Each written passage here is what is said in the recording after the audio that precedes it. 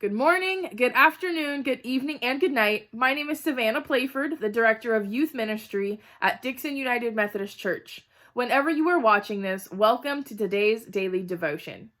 Timing is everything. When I was a kid, my parents always said that saying, there's a time and a place for everything, which I always thought was some sort of bluff or rule that parents made up so children would be good at certain places like church or the doctor's office or grocery store or wherever. But as I grew up, I realized it to be true. There is a time and a place for everything, and timing is everything.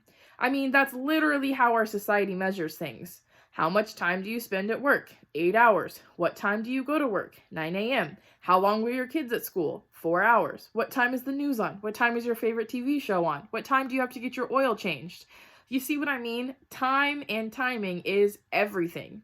Even the Bible says so. Ecclesiastes is a small book in the Bible. Seriously, it's so small that if you grab too many pages when you go to turn it, you might flip right by it. But anyway, it is a book written by Solomon, and in this book, Solomon is looking back on his life, for most of which he was not in tune or following God. But anyway, in this book, he gives a lot of wisdom about life and a lot of wisdom about time. In chapter 3, verses 1 through 8, it says this: a season for everything. There is a season for everything, and a time for every matter under the heavens.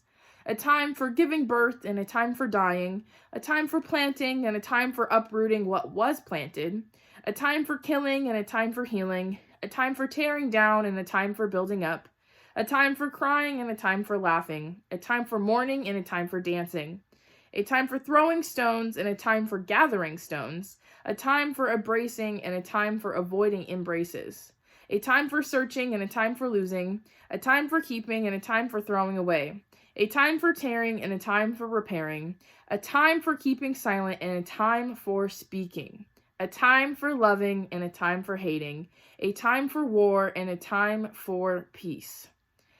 See what I mean? All the circumstances listed in these verses talk about a specific time when something is appropriate to happen, which brings me back to the phrase, there's a time and a place for everything.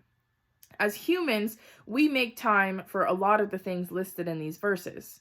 We make time to rest, we make time when we have to go to work, time to clean up and throw away things, even a time for loving when we can be with our friends and our families.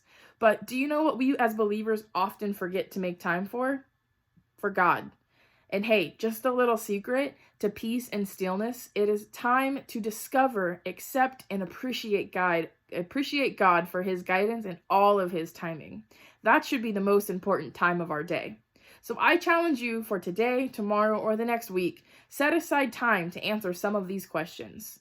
When can I spend time laughing and loving others this week?